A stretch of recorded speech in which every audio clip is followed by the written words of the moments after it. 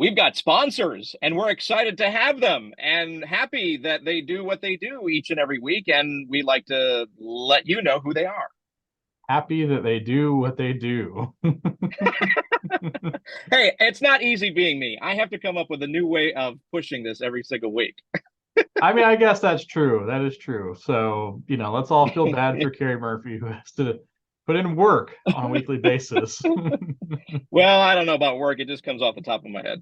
Yeah, so let's get into our sponsors of the show from the Patreon page over there. If you'd like to be a sponsor at the top of the show, make sure to sign up for that only at Mattress Giant level tier or higher of our Patreon page at patreon.com/final lap. We've got Devin Or over higher. there.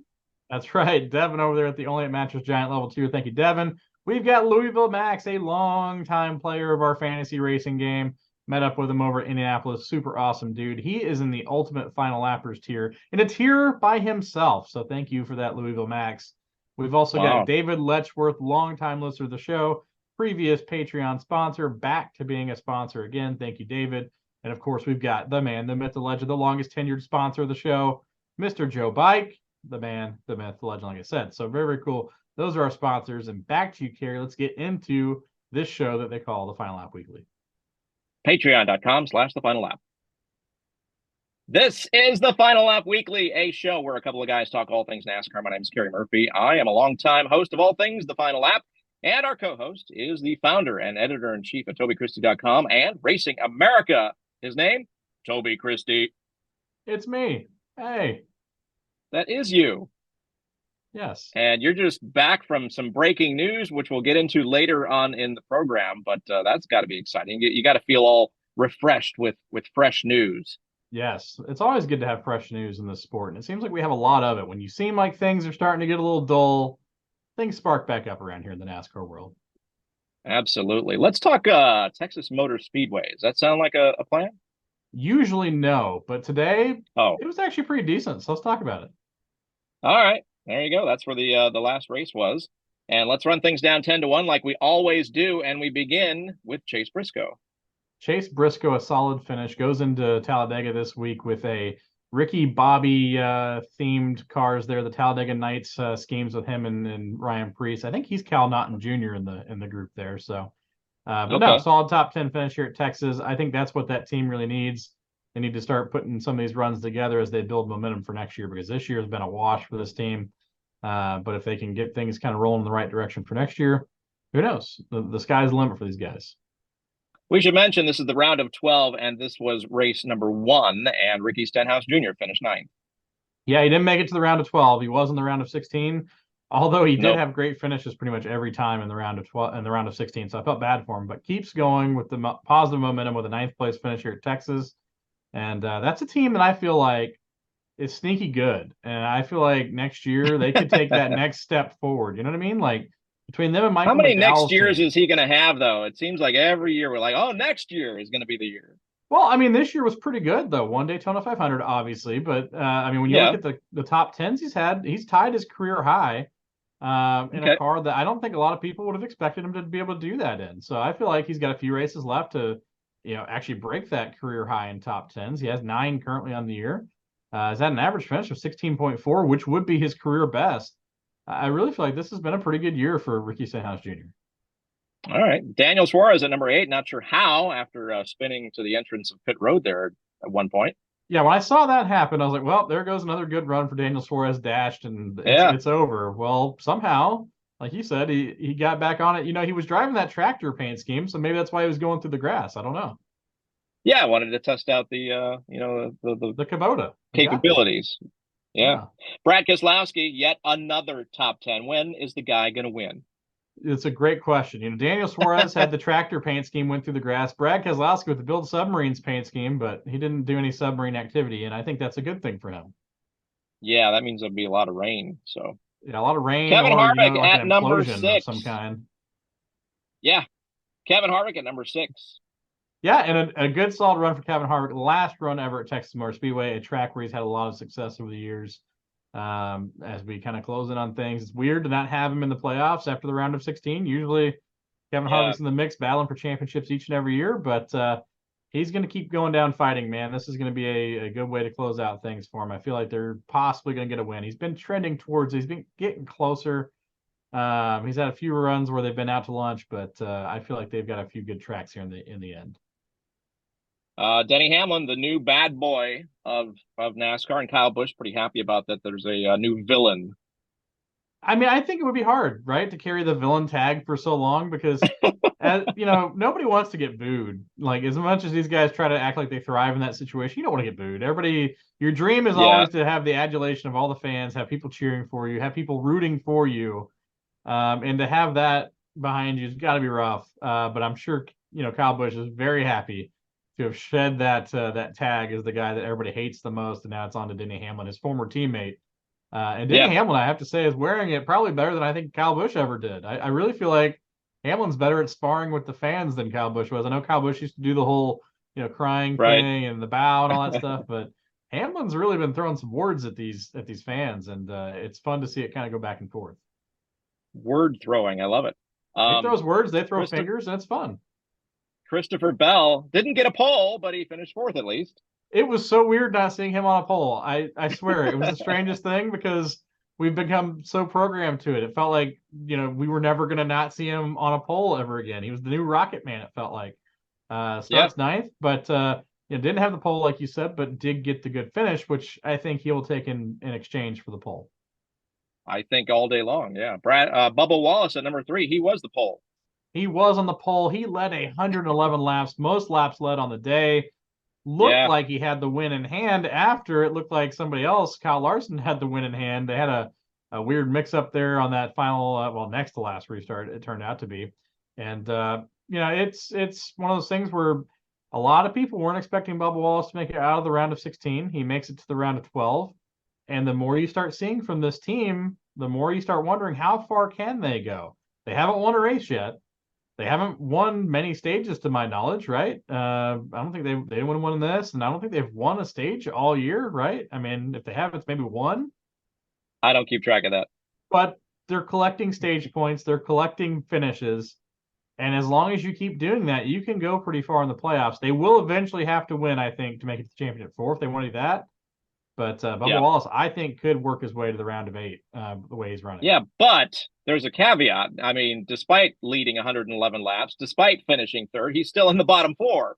He is still in the bottom 4, but barely. I mean, he has almost worked his way out already in one race, and he came in very last and way behind. So he made up a lot of points in this one run. Now he has to be perfect again. You cannot make mistakes in any of these races if you're him. But if they keep performing the way they performed this week, I feel pretty good about his chances. He's very good at Talladega. We know that. He can win there. He definitely can finish up towards the front. He's very good at avoiding issues at Talladega for the most part. But the question mark remains the Roval. He's not a great road racer. So that's the question for Bubba Wallace. But if the way they're performing, they're looking pretty good. We got Ross Chastain at number 2. Has it been a while? I think it has been a while. It's been a while. And it's one of those things where he was a guy that made it through the round of 16. People have been kind of talking about, Ross Chastain, they just don't have the speed, and they've had a couple runs like this now where they've just been kind of, you don't really hear about them all race long. And then towards the end, weird things happen, and they're the ones that take advantage of it. And Ross Chastain, again, finds his way up to P2. Nearly, I mean, that's almost a win, man. How the heck do you get to second place when the broadcast team, I don't think they mentioned him once during this entire race. No. And he finished And second. It's actually been months since we've heard his name at all. It was almost a weekly occurrence with fans being mad at him, somebody wrecking, Yeah, he was the guy that we were all talking about for a several month period. And that extended from last year where we were all talking about him.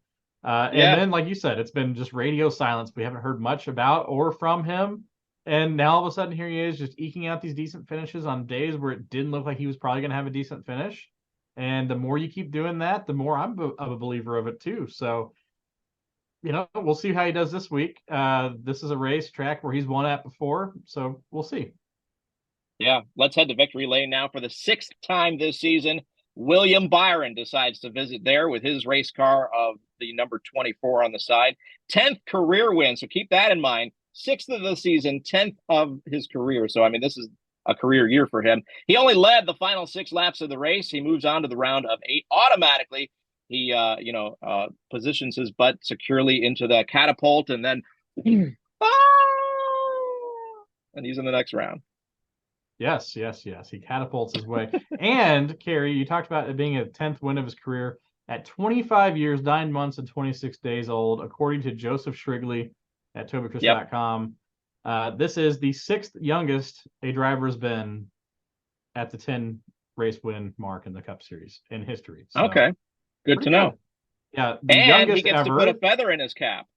Go ahead. Yes, youngest ever. So, youngest ever, Kyle Busch at 23 months. Oh yeah, or 23 years, 2 months, and 3 days. Jeff Gordon, Chase Elliott, Richard Petty, and Joey Logano are the only other ones above William Byron. So pretty elite company there. Yeah, and I was mentioning he gets to put a feather in his cap. He is the driver that grabs the 300th overall win for Hendrick Motorsports. I mean, that's amazing. It's just, we talked about it. You weren't impressed by 300 wins. I am. Nobody's done it before, and Hendrick Motorsports gets it done in short order. You know, we've been kind of talking about it for a few weeks here, and they had 2 different bullets that could have gotten it done. And, you know, the first one, it didn't work out well for Kyle Larson, who led a huge portion of this race, 99 laps to be exact. But at the end of the day, he did get it done. William Byron. That's a Richard Petty plus 100. That is a Richard Petty plus 100. So that really speaks to what they've done, because they've only been around since 1984, which is the last year that Richard Petty won a race, coincidentally. So it's just, I mean, it's not a long time. It's not. I mean, it's just not a lot of years, Kerry. It's what is that, 30, 40 years, 39 years? How many years is that? I don't ask Google. You were born before that. You tell me. I don't know. I wasn't born before that, so I can't tell you. I don't want to give all that away. Let's talk about the major players in the playoffs that had issues. Kyle Busch out of the race early. Martin Truex Jr. spinning early on, just wasn't the same. Kyle Larson wrecking hard with about 17 laps to go after leading 99 laps on the day. I mean, it was that everyone was having problems. Yeah, it's kind of been the theme of these playoffs. Playoff contenders have been falling by the wayside. That's why guys that are Ryan Blaney. Yeah, he got involved in that last one too. So it's one of those things where we've seen a lot of these playoff contenders find trouble, and that's what's elevated these guys that were the last seeds to, putting themselves in positions to kind of shock the world. So that's where we're at right now. That's what keeps happening. Yeah. Kyle Busch, by the way, radioed he thought something was wrong with the right rear tire. The team told him to kind of nurse it to the end of the stage. He tried, and then he pushed too hard, spun it out, and that was it for him. He said after the race he feels like he's letting his team down. So I don't know if that's starting. I don't know if he's on the radio warning the crew that, hey, something's up with this race car, and they don't call him in. That's kind of on them. Well, so according to him, they told him to kind of take it easy, and he felt like he pushed it a little too hard. And he said that that's when they keep finding troubles, when he keeps pushing things too hard on the track. They tell him to take it easy, and things will settle out towards the end of the race, and he keeps pushing it. Yeah. And they find trouble. They've also found trouble in practice and qualifying a lot lately. I feel like he feels like some of the things he's doing on track are actually hindering their performance, even though they've had very fast cars. And he knows if he can just be there at the end, he has a shot. So we'll see how things go. Does that mentally wear on him if more of these issues keep happening? But as it stands, he's last place in the playoff grid right now. So that's kind of a bummer for him. Yeah, let's get into that. Bottom 4 drivers after the first race of the round of 12 are Bubba Wallace, like I said, despite leading 111 laps and finishing 3rd. Tyler Reddick, Ryan Blaney, and Kyle Busch is anchoring the bottom 4, 17 points out of the top 8. Yeah, it's pretty wild. And when you look at things, Bubba Wallace is 2 points out. So the guy who's barely clinging on to hope here is Kyle Larson, unbelievably, who looked like for a moment he was going to win this thing. He had the lead late. A late race caution comes out. He has a restart where Bubba Wallace has an incredible restart, gets up alongside him. They battle for an entire lap. Going into turn 1, the air gets sucked off the side of Kyle Larson's car. He crashes. And now he's looking at possibly being eliminated in this round as well. He's only 2 points to the good. He's got Bubba Wallace, who's been one of the harder drivers in the series currently, just 2 points behind him. Yeah. Before we get into Talladega Super Speedway blah. That'll be race number 2 in the round of 12. Let's get into some fantasy NASCAR from Rowdy Dragon, who's going to, give you picks for Talladega Super Speedway blah. Which, this is one of the hardest places to pick, so help us out, Rowdy. Hey, what's happening, everybody? Rowdy Dragon back again with this week's Final Lap Weekly Fantasy Update. Well, we're fresh off of Texas Motor Speedway, heading into Talladega Superspeedway Blah. But before we head over to Talladega Blah, we'll take a look at some stage leaders and see who won this week at Texas Motor Speedway. For your first stage, we've got a three-way tie. Blaney Fan 29,576. Looks like they may have a couple of teams out there. I seen another Blaney Fan a couple weeks ago, unless there's two different Blaney fans. Otherwise, we've got Sweet Ride in there, as well as Q's Soldier, all winning the first stage. The second stage goes to Juice Box, and our winner for the week, PW Johannesson. Hope I'm saying that right. PW got 228 points, 38 stage points on the day. Maximum was 246. A little short of that, but a good run nonetheless. Good job, PW. All right, looking at Rowdy, Toby, Kerry, and our sponsors. Let's take a look and see where we stand. Rowdy, I finished in P217. A really rough day for me. I think I only had one driver that didn't have an incident at the track at Texas. So that slides me down to P11 in the standings. Toby Christie, also a rough day, finishing P214. Just 1 point better than me on the day. He's currently sitting in P91. Curry Murphy, Jimmy's back. Finished in the 66th spot. Pretty good day there. Currently sitting in the 134th spot in the league. And now looking at our sponsors, Joe Bike finished in P66, tying with Kerry. He currently sits in the 20th spot. Louisville Max finished in the 89th spot, currently sitting in P16 in the league. Devin, DL Racing King, finished in the 123rd spot, currently sitting in P133. Got a good battle against Kerry Murphy going on there. And David, Wolfie Dragonfly, finished 21st this week and is currently sitting 30th overall. All right, let's take a look for some picks for Talladega Blah. Our first driver we're going to look at is Brad Keselowski in that 6 car. He's got 29 races run at the track. His average finish is 15.3. He's got 10 top 5 finishes, averaging 34% up in the top 5. 14 top 10 finishes, averaging 48% up there in the top 10. He's led 315 laps and has 6 wins at the track. Brad's collected stage points in 14 out of 26 tries, 3 of those being stage wins. Now, Keselowski is one of the best when it comes to super speedway racing, and with RFK's recent successes, he's going to be tough to beat. Brad had a good run going in the Daytona 500 before he wrecked. Other than that finish this season, he's had good results on the super speedways. He finished in P2 in the second Daytona race and finished 5th at Talladega in the spring and another P2 in the Atlanta race earlier this season. His combined average on the super speedways this season is 7.75. Without the incident in the Daytona 500, his average finish comes to 3.0. Brad should be highly considered for your lineup for this Sunday's race. Our next driver, his teammate, the 17 car, Chris Buescher. He's got 16 races run at the track with an average finish of 19.9. He has 1 top 5 finish, finishing up in the top 5 in 6% of his runs, 3 top 10 finishes, finishing up in the top 10 in 19% of his runs. He's got 29 laps led at the track, still looking for his first Talladega win. Chris has picked up stage points in 9 out of 24 tries, 2 being stage wins.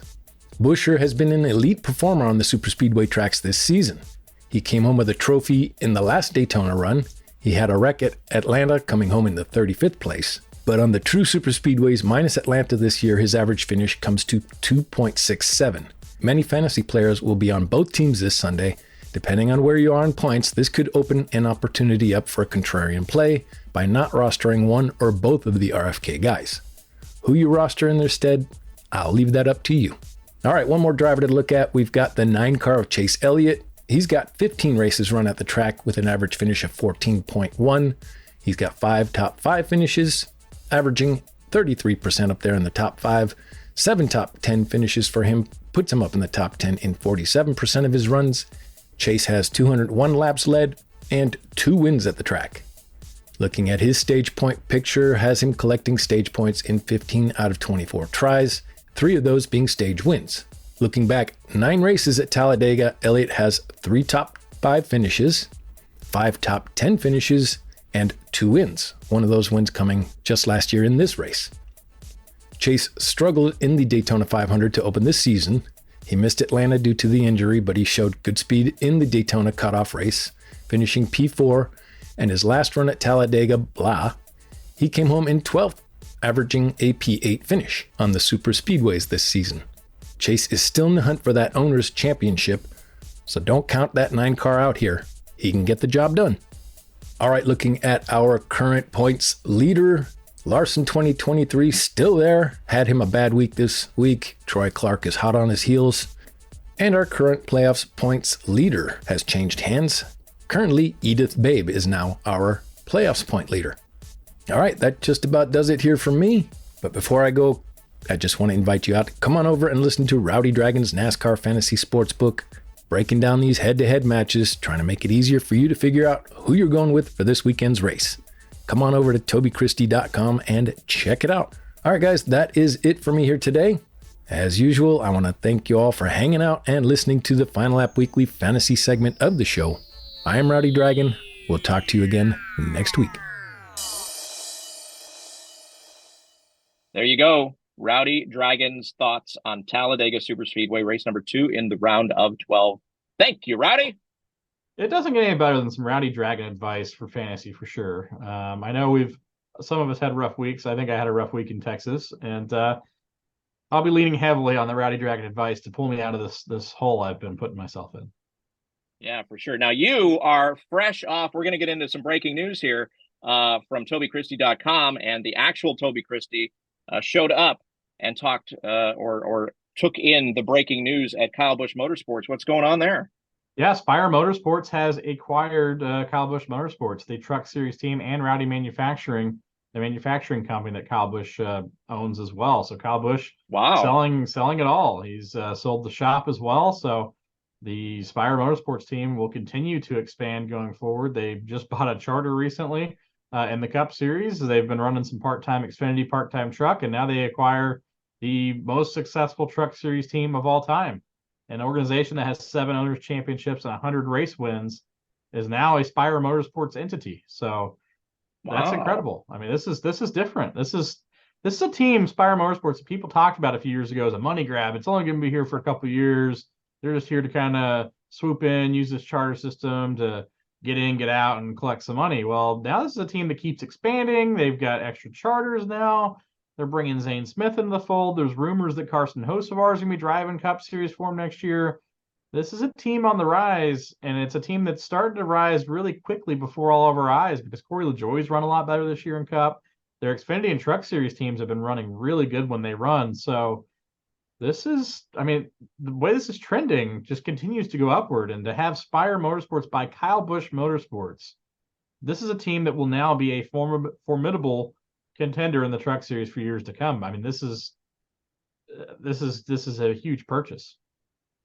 It's huge, and I have a question. So you mentioned the Rowdy energy drink brand thing. Rowdy Manufacturing. So it's their CNC shop. So the machining portion. Yes. I was like, how is he still going to be the spokesperson? I mean, okay. He's still running his Rowdy energy drink. So the Rowdy Manufacturing, they assemble parts of cars. They do a bunch of late model assembly, a bunch of stuff for Truck Series teams. They'll now be taking over that. Let's here's a quote from Kyle Busch himself. Quote, "I am at a different point in my life now than I was back in 2010. My family has grown. My Cup Series team changed this year, and our son's racing schedule has become demanding as my own. It's important to me to be able to spend more time with my family and my number 8 team at Richard Childress Racing. It'll be hard to walk away from the amazing facility that we have built. I'll miss walking the shop floor, talking with our employees, hosting our fan days in the lobby, and spending countless hours there ensuring its success. However, I know at this point in my life and my career that this is the correct decision." End quote. So there it is. I mean, I would imagine the offer was pretty good to get Kyle Busch to sell his Truck Series team, because obviously he says he's in a different place in his life. You know, his child's own racing schedule is just as demanding as his, as he said in that statement. Right. But the fact that Kyle Busch sells Kyle Busch Motorsports, which I visited the shop before, that showroom is awesome. It's a really, really cool place. I find that hard to believe unless it was a really good offer. You know what I mean? Like, it just had to be an offer he couldn't refuse. Well, and he's built something elite. It's not just some old race team just hoping for some cash. I mean, it's an elite team. Yeah, definitely. So Spire Motorsports, Kyle Busch will address the media Saturday morning at Talladega Super Speedway Blah in the Blah. media center. And so we'll know more about it once that happens. We'll kind of, I guess, find out if it stays Kyle Busch Motorsports, even though Kyle Busch doesn't own it. Will it be rebranded to Spire Motorsports Truck, etc., whatever? I don't know. Yep. But this is the big news of the day. Kyle Busch Motorsports is no longer owned by Kyle Busch. It's now owned by Spire Motorsports. And this is big news. Wow. Other breaking news here. Well, maybe not breaking, but big. Ryan Preece confirms he's going to stick around at Stewart-Haas for 2024. Yeah, kind of just snuck it out there on Sirius XM on Tuesday evening. He was on Dave Moody's show, Sirius Speedway, and Dave Moody asked him point blank. So, guys, are getting things ready for next year. How are you? Are you getting things ready for next year? And that's when Preece said, "quote I'm going to be here with the number 41 in Stewart-Haas Racing next year. Definitely looking forward to it, and we've made a lot of gains." End quote. And honestly, the team has made some gains. They've had a little bit more speed here and there. It still isn't what they would like, but I feel like they're trending in the right direction. If they can get a few things to go their way, they've got the Ford redesign coming next year, which should help them aerodynamically. Josh Berry's coming in, some new blood. It's interesting. So this really pretty much puts us at a point where the 10 car is the only car left at Stewart-Haas that hasn't been announced for next year. Will it be Eric Almirola? Will he retire? Will he go do something else? I don't know. But that's the one thing still at question at Stewart-Haas. Okay. In the Xfinity Series, Sammy Smith is going to join Junior Motorsports, or he's going to drive the number 8 in 2024. So that's cool. This is big. So another guy that is well funded. He brings Pilot Flying J with him, the sponsor. So that's a lot of sponsorship for Junior Motorsports. And he's a guy who has shown incredible speed. He won a race at Phoenix earlier this year to work his way in the playoffs in the Xfinity Series for Joe Gibbs Racing. So he'll be a guy that you would expect would be contending for wins and a championship yet again next season.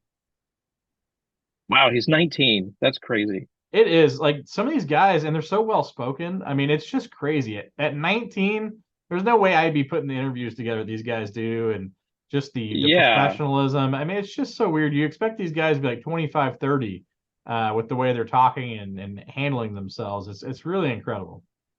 I got to get to work as a parent because I can't imagine my 14-year-old in 5 years being at this level and, right. Like you said, well spoken. I'm like, okay, I'm not doing something right. Something's going wrong in this house, and we've got to figure it out. So, or maybe something happens in those 5 years. I don't know. Maybe. Yeah. We talked about Xfinity. How about we move to Hendrick Motorsports in the Xfinity Series? They had a pretty cool announcement as well on Tuesday. I saw that. Boris said, Kerry will be running the 17 Hendrick Motorsports car at the Charlotte Roval.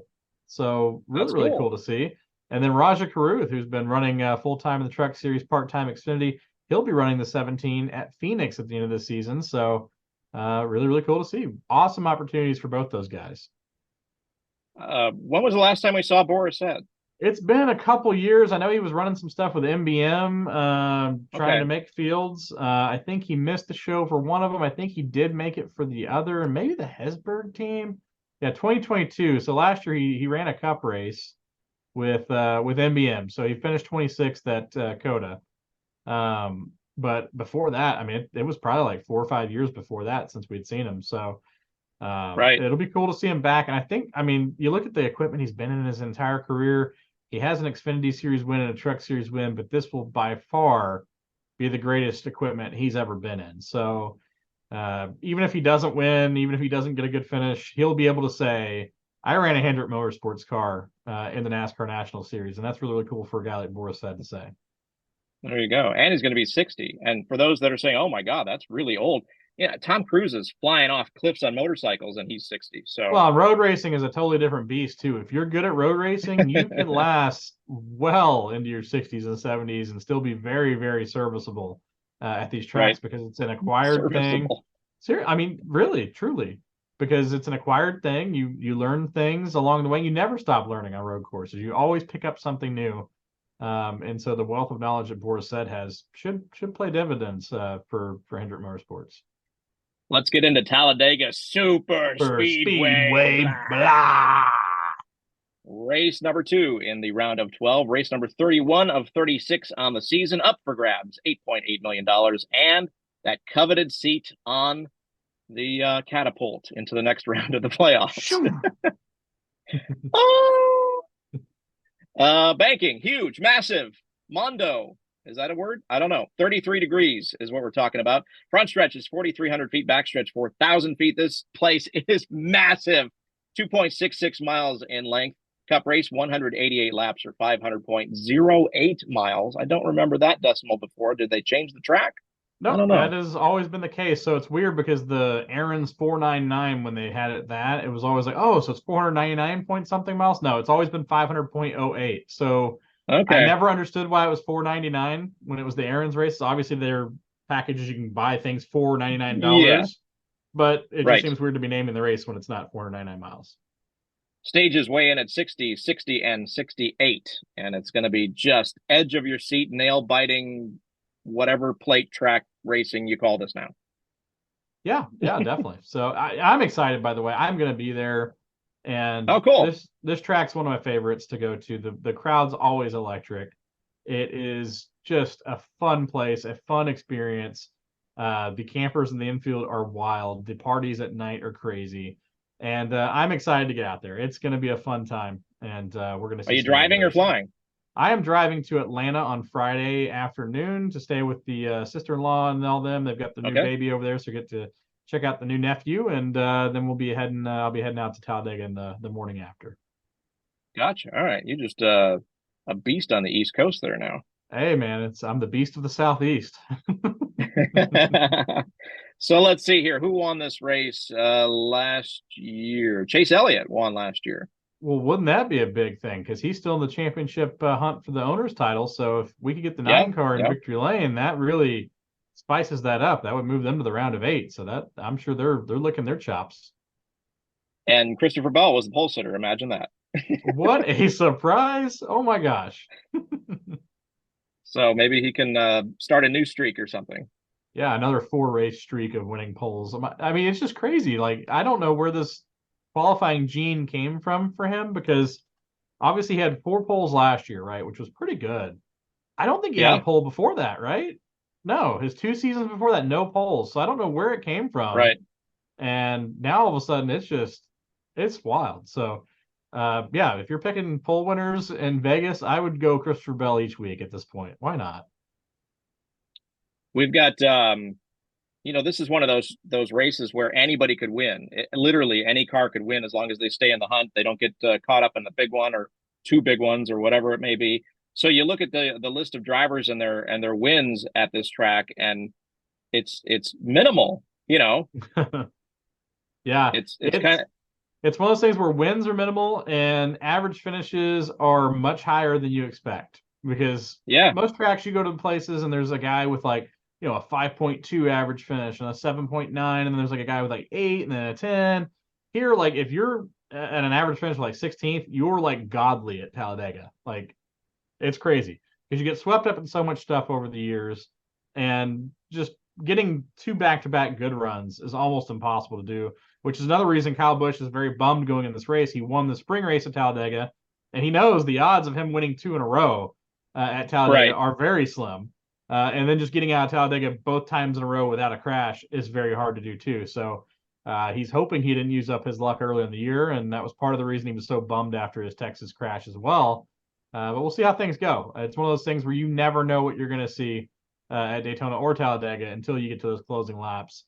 And this is going to be probably the race of the playoffs. This can dictate a lot of how things go the rest of the way. Yeah.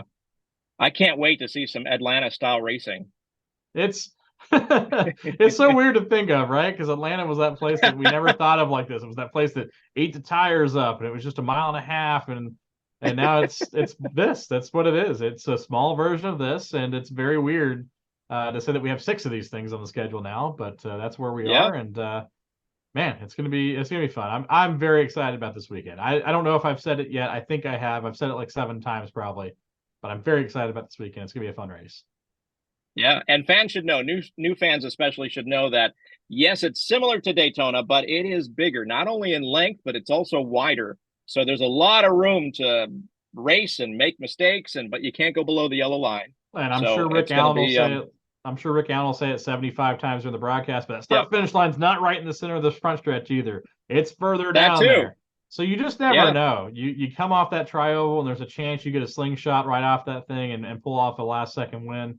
There's a chance cars go flying through the air. You never know what's going to happen at this place. And like you said, the ultra-wide side of things makes it where 3 wide, 4 wide, pretty easy to do, even the next-gen car. So we're going to see some pretty good action here at Talladega.